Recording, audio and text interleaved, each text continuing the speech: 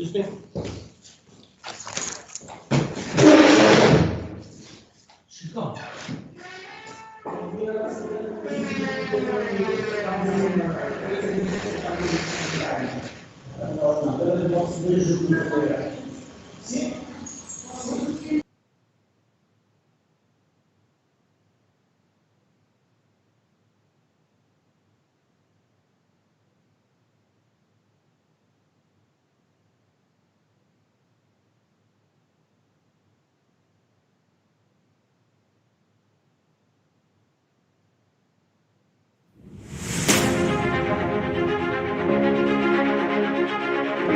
So, Professor, could you unmute yourself and share your screen again because we couldn't see your screen?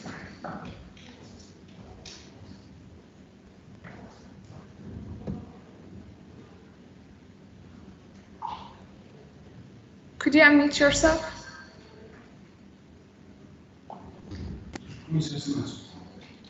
Yeah. Yeah, it works. I'm sorry, but I cannot see your screen. Are you sure you shared? Yes, yes. Oh, but it's not visible. Could you try once more? Yes. Thank you.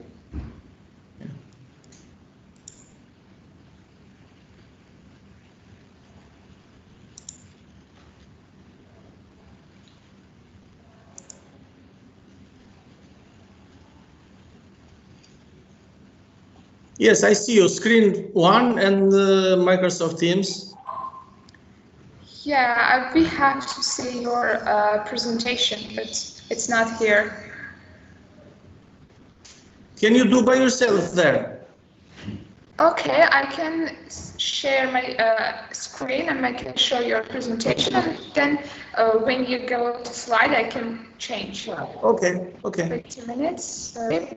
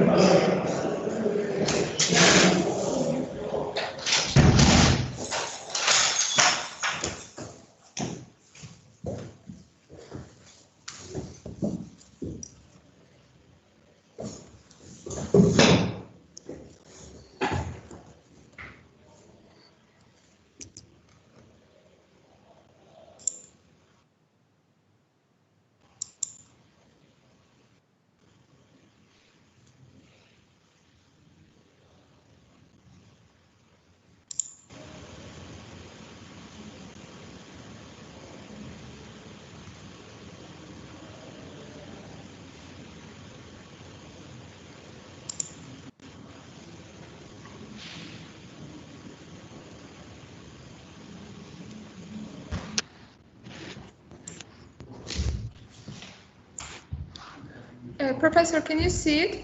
Yes. Excuse me, just 1 second.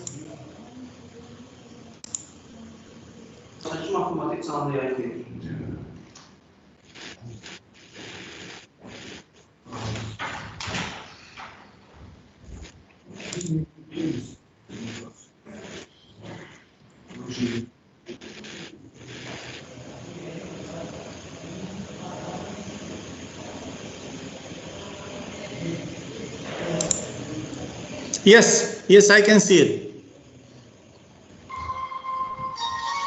Great. So we will start in 2 minutes. Okay. Then when you say next, I can go forward. Actually, I think I can do, because I will fully listen to you. It's a really interesting topic. Thank you once again. Okay, thank you too.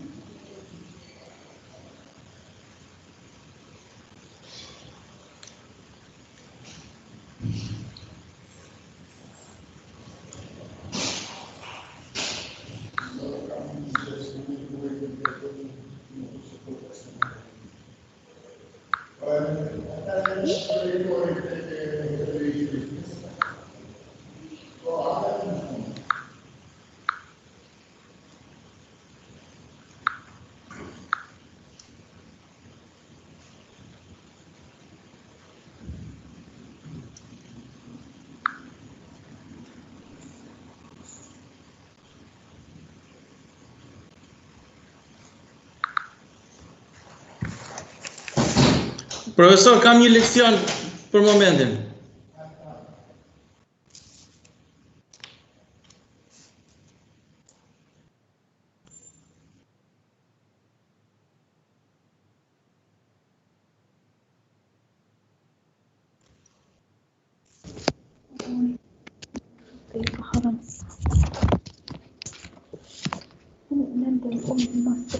Yukarı poçta olan email ile kvadrat var poçta.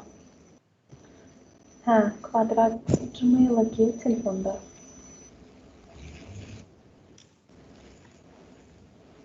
Daha öz telefonunda Gmail'a dahil ol.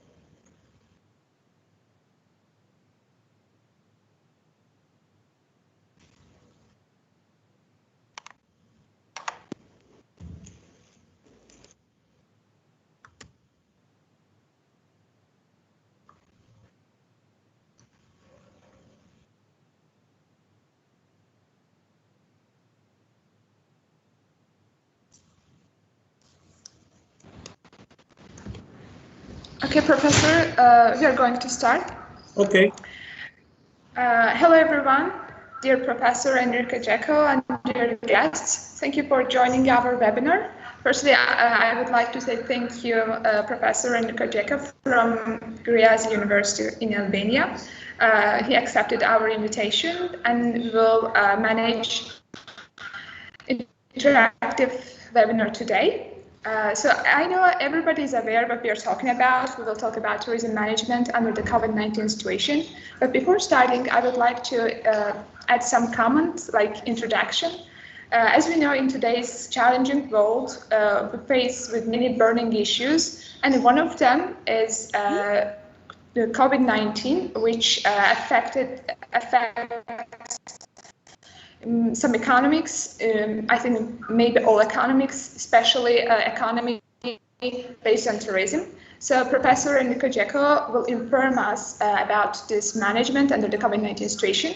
I believe that the webinar will be informative, and I believe that the webinar will be interactive with many questions. So professors, if you are ready, the stage is all yours. First of all, I would like to thank you for the opportunity. This is a kind of event, academic event, which is in the way of the collaboration between both universities, and I do strongly believe that even in the future we will have similar activities, and more things are going to happen between our universities and generally. Regarding to the issue, I decided to speak about tourism management under the COVID-19 situation because all around the world, subjects, public administration, private sector, countries, states are affected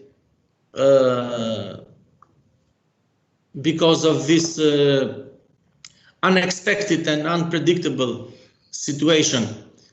So I have realized that in last 4 or 5 years, even your country is listed between top countries on the fast development of tourism sector, as well as Albania. In Albania, about 20% of GDP, it's coming from tourism sector. So it will be an interesting topic to discuss with you today. Please, can we go to the first slide?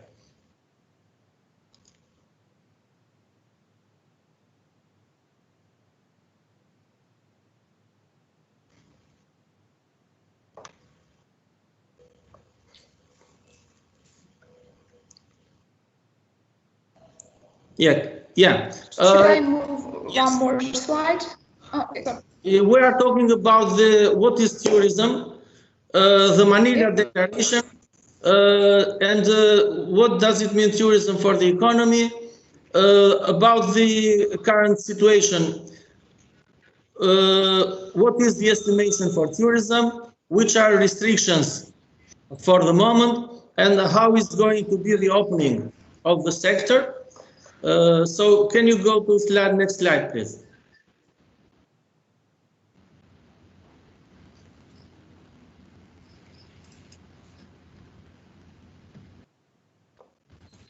Can you see? Yes. I'm already here. Yeah.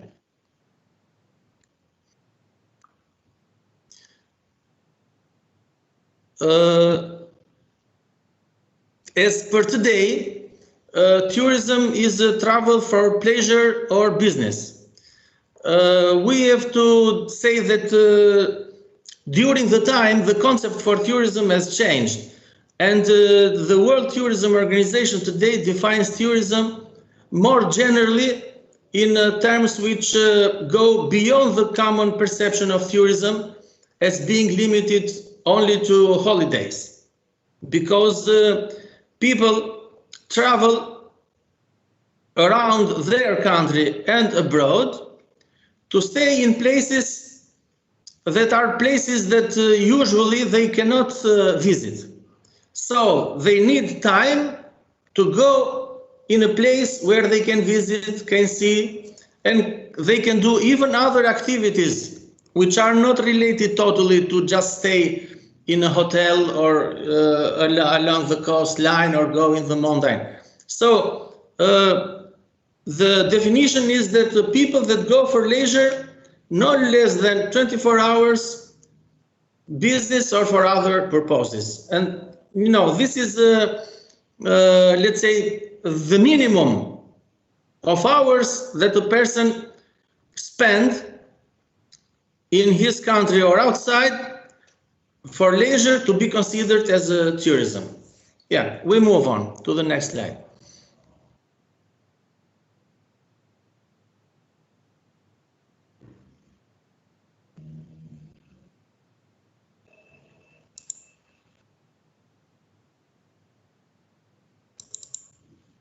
I'm sorry, I think there is time difference. That's why when I change the slide, you see a little bit later This is a problem of the internet.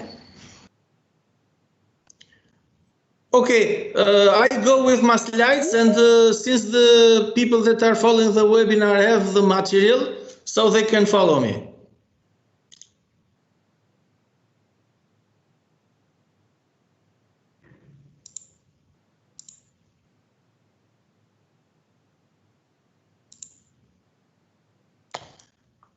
So, okay, do you wanna me to share my screen? Yeah. Today, tourism number declined as a result of a strong economic slowdown. You remember it was a recession late 2000, let's say in 2008, 2009, this stuff, and this slowdown affected most of Western countries, including US and European countries. But later, this slowdown went to the developing countries. And later it was H1N1 influenza virus, which affected most of the countries. And now we are under the COVID situation.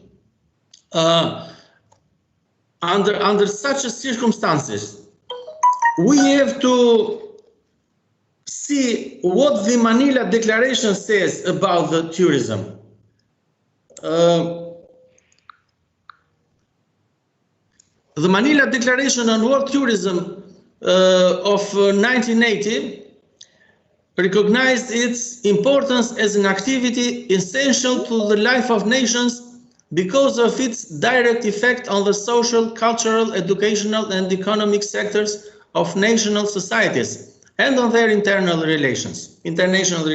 So, saying that this country, inbound tourism involving non-residents traveling in the given country and outbound tourism involving residents traveling in another country. So, United Nations definition went a bit far than Manila Declaration, defining the types of tourism, which is tourism, inbound and outbound tourism. All of these three types of tourism are affected. If we see the relation between tourism and the economy, especially during the last century, but even especially during the last 30 years, tourism has been one of the main activities of the economy, or one of the main sectors of the economy for most of developing countries. It brings around 35% of the all world trade services. Is an invisible export. And on the other side, other sectors have been affected positively with a strong benefit from tourism. Transport, airlines, cruises, banking sector, resorts, restaurants, shopping malls, cultural activities, this stuff. If we see the table here, the international tourist arrivals, top countries for the moment are France, Spain, United States, China, Italy, Turkey. These are 20. But we should not forget that even for small countries, there is an importance of international tourist arrival. If we see the revenues, the receipts for international tourism, these are top 10 countries, but these are even the top 10 large economies of the world is the same. If we consider the small countries, they have international receipts as well. For example, we speak about Albania, my country. We have 20% of GDP, which is about $3.5 billion per year.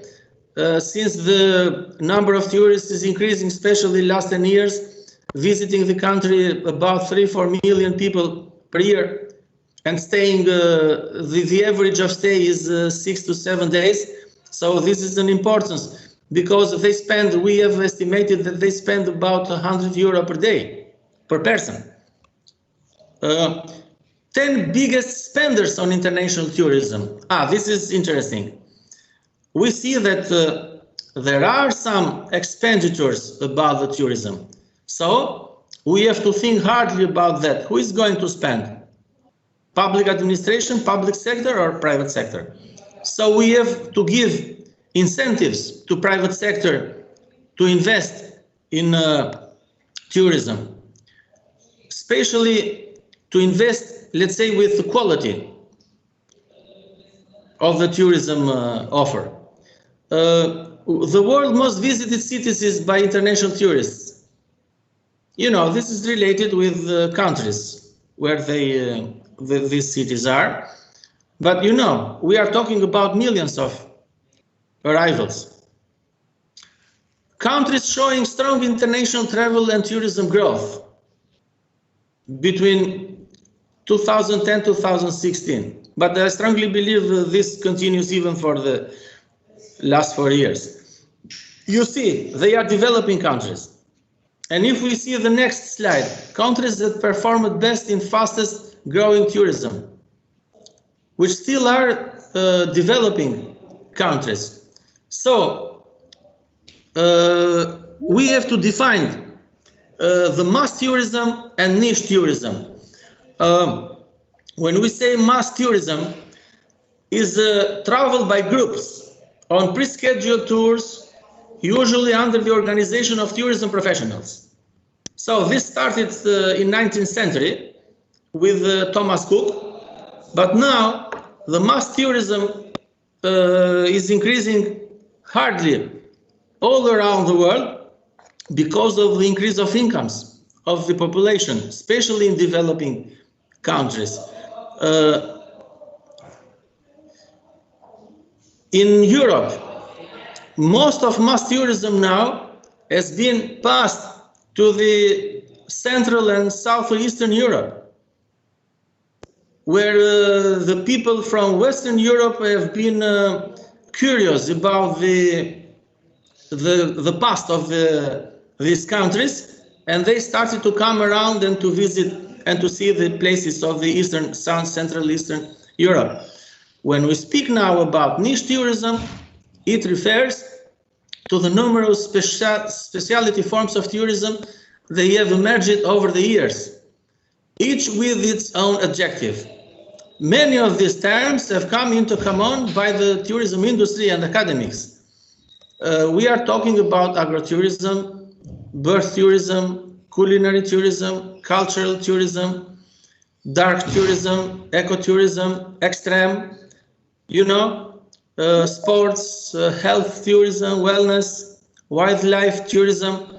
So when we talk about niche tourism, we are not talking about a massive group of people coming, but this brings to us the idea that we need to offer a qualitative tourism service for people that are looking for differences, for people that are looking for specialties, for people that are looking for things that they cannot find in their home country or in their city.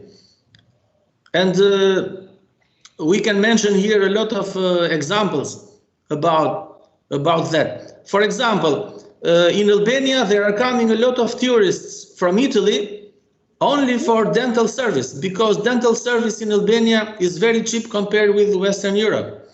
Or let's say the health tourism, which is very common in Turkey, and people from all around Europe are going in Turkey because the health service there is qualitative and with the low cost compared with Germany or Denmark. But let's say if an eye operation in Germany costs about €6,000, in Turkey costs only €1,000, including the flight ticket and staying 3 nights in a hotel. So this is a huge difference. Now we are under the situation of the COVID. So a lot of countries have introduced some measures, and this is depending on the duration of the crisis. And because the duration of the crisis is going a bit longer than we expected, most of countries have revised their scenarios. And they say that the shock of the tourism sector, it might be 60 to 80% decline in the international tourism economy in 2020. And some measures to support the tourism sector should be taken. These include consideration of lifting travel restrictions, restoring travelers' confidence, and rethinking the tourism sector for the future. As per the OECD countries, the estimation is that it will be a 60% decline in international tourism in 2020, but this could rise to 80% if recovery is delayed until December. So we are in September, only a couple of months are left to go to December. Even the domestic tourism, which accounts around 75% of the tourism economy in OECD countries, is expected to recover more quickly, because this offers the main chance for driving recovery. You know, people internally can move easier rather than expecting to expect the international tourists. And we have to say that the tourism ecosystem, but even all the business ecosystem is affected. And all of us are thinking about the reopening and rebuilding destinations. But this requires a join-up approach. All of us have to cooperate on this, because all of us are going to benefit from the recovery. And I strongly believe that even the stimulus packages that governments are issuing to people and to their economy helps for bringing to the people confidence, in parallel with introducing tourism-specific measures. Mainly governments are focusing on three measures. They are lifting travel restrictions and working with businesses to access liquidity supports, apply new health protocols for safe travel and help to diversify their markets. They are restoring traveler confidence and stimulating demand with new safe and clean labels for the sector, information apps for visitors and domestic tourism promotion campaigns, and preparing comprehensive tourism recovery plans to rebuild destinations, to encourage innovation and investment, and rethink how to manage the new tourism sector, let's say. We are minimum 5 months into the crisis, because in some countries the crisis started since December last year, but let's consider the March, when the public was aware about the COVID-19. So countries took measures, they closed slowly their economies, they closed the arrivals of visitors in their airports, seaports and customs, and travel restrictions took place. But we didn't expect that this was going for so long.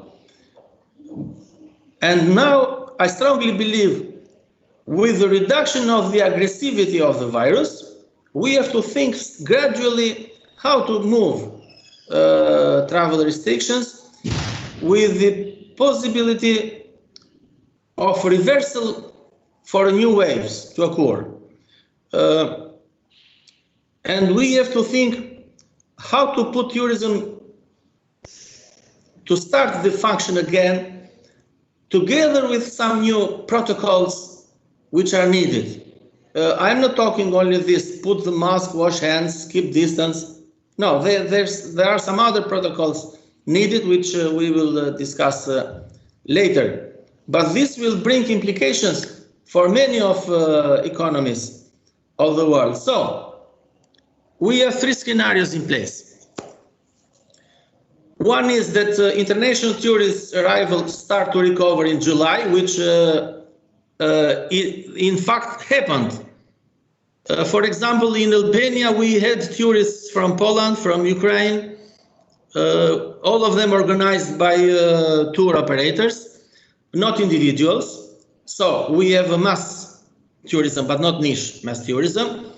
And countries alone, by themselves, have defined it, which tourists from which countries can come for tourism, of course, under the measures of under control of their health conditions. That's what Italy did, that's what Greece did, that's what Turkey did. So, second scenario, which is a revised one. International tourist arrivals start to recover in September, and then strengthen progressively in the final quarter of the year, but at a slower rate than previously foreseen, which is minus 75%. So, when we say September, we say Mediterranean. But when we say later, international tourist arrivals start to recover in December, which is scenario 3, we have to think about the South Hemisphere. Because in December in Europe is cold, but in South Hemisphere is hot.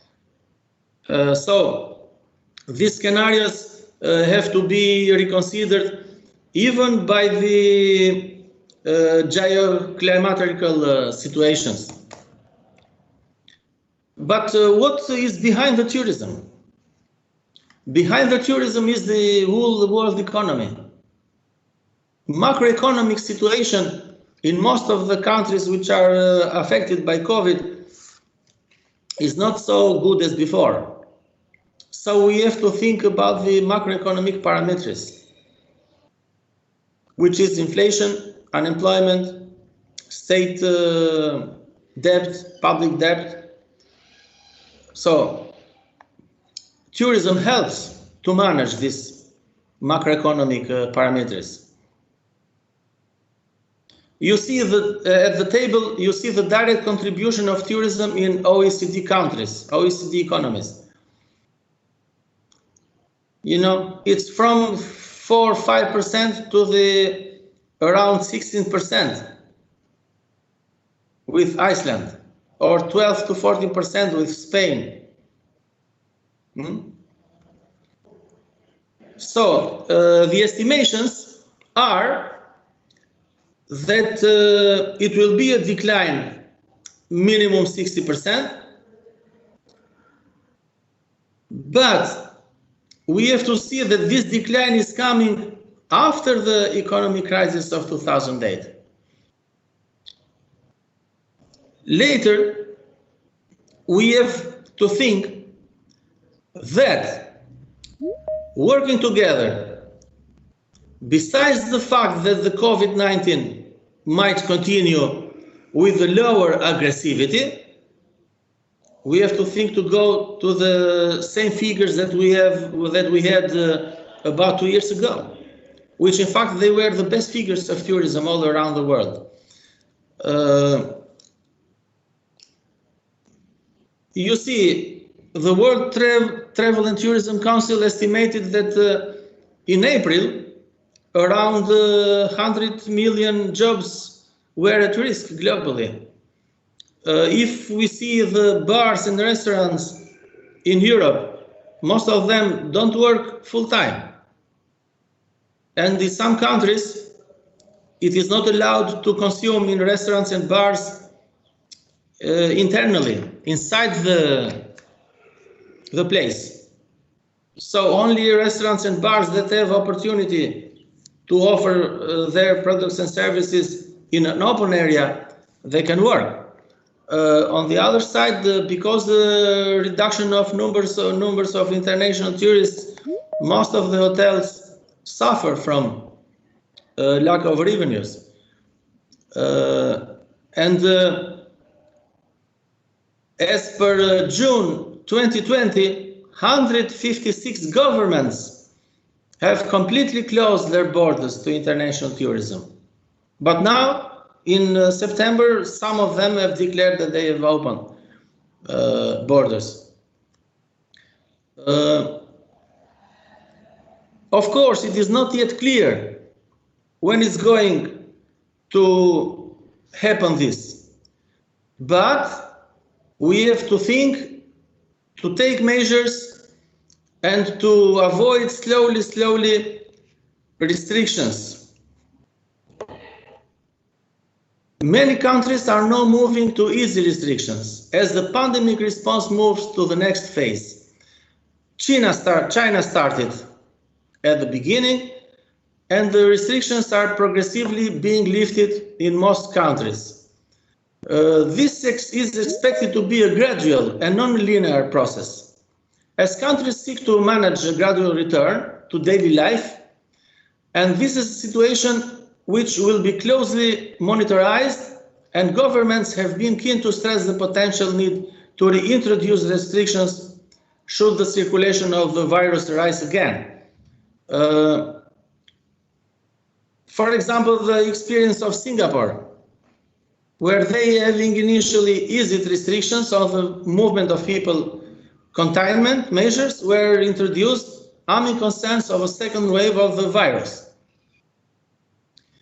Opening is it's difficult to predict, but we have to say, at the end of the day, the crisis is expected to have a permanent impact on consumer behavior, accelerating the move to online with a greater emphasis of hygiene and healthy living and higher use of cashless and contactless payment methods.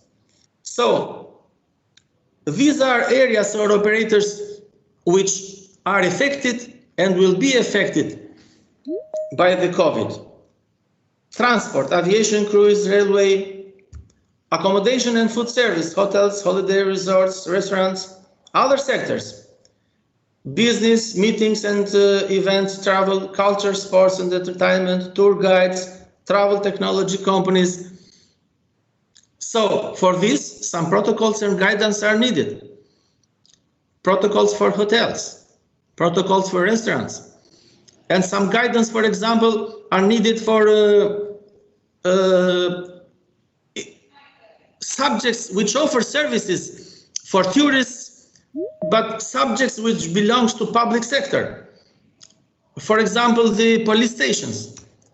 Some tourists may face problems that they have to go to the police station. So police station should have some protocols, or guidance, how to deal with international tourists. Or banking sector. Some people might want to go to the bank to get banking services. So banks must have some guidance and protocols on offering services. If we see the graph, can you see the graph here? Yes, in my presentation. Yes, I think that there's a graph. Yeah, which is, you see, in all red points around, which is more than half of a circle, are points where tourists are touchable. Are points where tourists get contact with people when they arrive abroad. And you see, from arrival to departure, there are about 13, 14 points where tourists are touchable. Restaurants, resorts, bars, going out, spa, hikes, fitness. Even they order dining in the room, you know.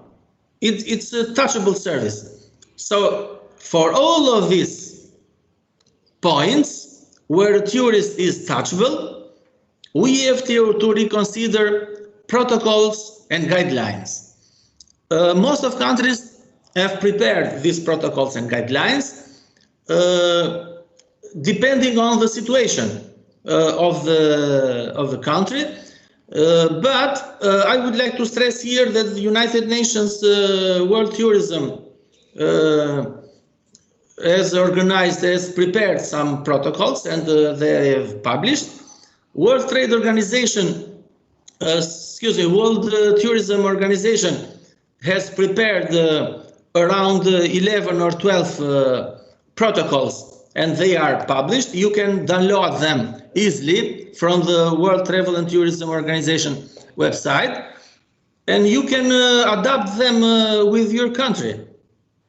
But this needs cooperation with business associations and with the government as well. So, which are the key areas of the government action? Using coordination measures and task forces. This is done in Albania. We have done a coordination between different public sector departments, and we have built task forces to put measures in place. Some countries have put in place coordination mechanisms, such as cabinet committees, task forces to monitor the impact of the pandemic on tourism and respond to a fast evolving situation. Lifting travel restrictions. There is currently high uncertainty about when travel restrictions will be lifted, and the coordination with and across countries will be key in ensuring health needs are addressed while allowing a recovery of tourism in due time. In this regard, some countries with similar cases of the COVID-19 laws and case management processes are exploring opportunities to open travel corridors or bubbles as first step in opening up countries to international tourism. Restoring travelers' confidence and stimulating demand. A survey from IATA published on 21st of April shows that 40% of respondents intend to wait 6 months or more before traveling. So we are talking about the confidence. After restrictions are lifted, travelers will need to be reassured of the safety of traveling, and governments will need to collaborate with the private sector to put in place new standards in terms of safety, hygiene, testing and procedures. Equally, governments will need to take steps to ensure that destination communities are comfortable, that the benefits associated with the return of visitors outweigh any concerns of the potential health risk. Saying that, I would like to mention that the International Standard Organization has started to think about an ISO standard regarding to tourism and regarding to the measures that should be taken as procedures, guidelines, documents, protocols to be followed by public and private sector all around the world. But anyway, ISO standards are not, let's say, they are not a law. Everyone which wants can adapt ISO standards and can be certified with the ISO standards. But this is in hands of, especially in hands of private sector. So we have to take measures which are, let's say, in terms of the protocols. Because protocols, when we say protocols, there is always a word after that, which is must. When we say standards, standards are not must, standards are should. And it's all about the competition and the competitive advantages. But when we say protocols and laws, everything is going to be must. So this is what I have prepared for you today, and I would like to thank you for carefully listening to the presentation, and I do hope you have questions or comments on that. Thank you very much, dear Professor. The presentation and topic was really comprehensive and informative. You started from beginning, you gave definition of tourism, and then you gave real-life examples, which were really important. Maybe there are some questions from audience we would like to hear. Oh.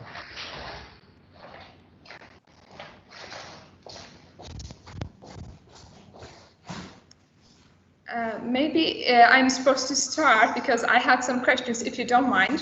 Yeah, it's okay. As I 15-20 minutes. Okay. We know there are visa regimes between countries. For example, as I know, North Macedonia implemented visa-free for Azerbaijan until 2021, but we don't have, I think, visa-free regime with Albania, for example. I'm not talking about Albania, Azerbaijan, or other countries. Is in general, what do you think? The countries will soften the visa regime, or they will be more restricted? I think that the visa regime will be softened. For example, in the last 5 years, for Albania, we have a visa regime for Eastern European countries to come during the summer period with visa-free in Albania. Or they pay a small amount in the border, and you know the custom officer puts the stamp in your passport in border. And you have to check even for Azerbaijan if this is available or not. There is a list of countries that Albania open a visa-free regime during the summer period. Yeah, I've checked. I think I didn't see our country, but yes, it's possible to make visa-free regime. It would be actually awesome, I think. Visa regime is going to be softened because the economy must go up. Yes, I have one more question about China. We know that after this situation, China has got bad reputation. What do you think? What will happen in China in terms of tourism, also in terms of education services? Because we know that there are many international students in China. What do you think? They will continue their education or not? This is a very hard, good, interesting question to be answered. I strongly believe that the Chinese government it's very much interesting to improve the reputation and the image of the China and the Chinese economy. So I strongly believe even by the ranking of Chinese universities on the world ranking of universities, which is improving in last 20 years, they will continue with the same steps. For example, there are a lot of international organizations which are going to invest in Chinese universities or to open new universities there, especially universities which are related to the law, human rights, and with environment protection. And these universities are not going to be centered in the big towns or big places of China, but even in all around the Chinese territory, as well as investments on education sector in technologies. So this gives me a flavor that the education sector in China will expand and international students will be accepted with increasing numbers. Okay, thank you very much. I have one more question. Sorry for bothering you with my questions. So I got my master's degree in Tbilisi. In March, the situation has started, and suddenly the currency, lari, depreciated. So actually, it didn't affect in the beginning the prices of goods and other things. But probably it will affect. But what do you think? The international tourists will be affected by that much increase in price? You have to see this by the macroeconomic point of view. if a country reduces the value of the local currency, this increases exports. So this means if you decrease in a certain amount or level the local currency, you will have more tourists in the near future. Yeah, I think so. I think this will be the case. And again, thank you very much for answering my questions. Maybe there are some other questions from audience. We have some minutes, no problem. 10 or 15. Anyone? It seems nobody has question. Everything was clear, and I think that the questions from me was also a little bit informative for them. So thank you once more. Thank you for spending your time with us. We can do like this. If people that participated in the webinar have questions, just collect questions, drop me an email, and I answer. Sure. It would be awesome. Thank you very much. We will do if there will be any questions. You're welcome. It was a great pleasure for me to communicate with you today. And so I strongly believe we will do in other occasions. I hope to. Thank you very much. You're welcome. Have a good day and good luck with your works. Thank you once more. Have a good day. Now is Friday. Have a good holiday for all of you. Stay safe. Stay safe and healthy. Thank you. Thank you, Mr. Enrico. Thank you. Bye. You're welcome.